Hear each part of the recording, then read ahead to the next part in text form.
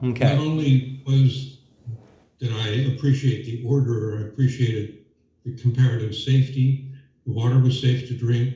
The food, by and large, was safe to eat. The roads were well paved. We could more or less trust the police. We could trust the armed forces more or less.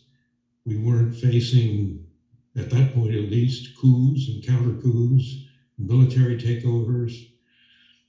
Um, so it confirmed for me, I guess, that we were living in a more civilized place, a place that um, was well organized and comparatively well run. I Ardith, don't what did necessarily you feel that way feel? right now, Mhm. but back then that was comforting. And um, taking a drive was less of an adventure in that sense than it would be in a place like Bolivia, where you were never sure what you were going to face. And landslides on a road, a dirt road, and mud, and all that kind of stuff. What Ardith, did you say? what did you sense when you came The ice home? cream. The ice cream. Yeah, we did have ice cream in Bolivia, but it was not as readily available. So yeah, I did. And I keep there was only appreciating one brand that was pasteurized. that's you could trust. Yeah. Yeah. Mhm. And I think I didn't do much cooking in Bolivia. Occasionally for the volunteers when we went out to visit, especially a young man. Um, but because we had maids in Bolivia and I didn't have to cook.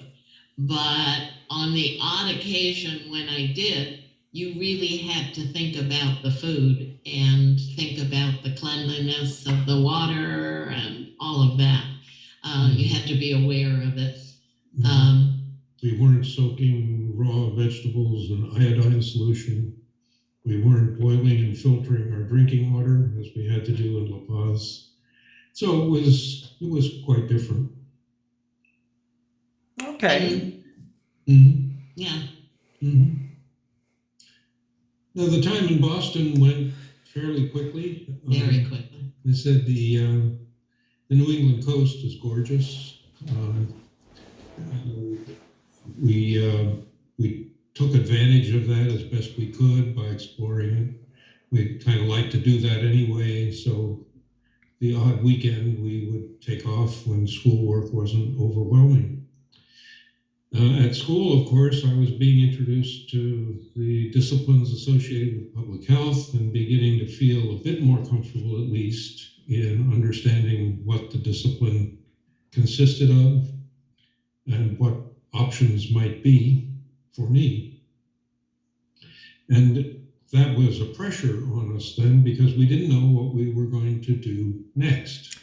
How did public health as a discipline appear to you in your thinking at that time? How did you perceive public health early on in your career? Well, I thought of it as a sort of community health. I thought about it and talked about it mostly as a discipline that was focused on populations rather than individuals. And so we were looking at population dynamics, how to measure what was going on there, how to understand it, how populations behave, how to try to affect that behavior in positive ways. Um, and that it came together, I think, around the sense of community and groups of people from rather small to exceptionally large groups. Community, of course, can be broadly defined as even a family or a neighborhood or a section of a city or a state or a country. It kind of reminds me of a guy who grew up in his family and his dad was a professional violinist. And then he goes to music school for violin, but he already knows quite a bit because his dad was in an orchestra. And it must have kind of been enjoyable to hear ideas discussed.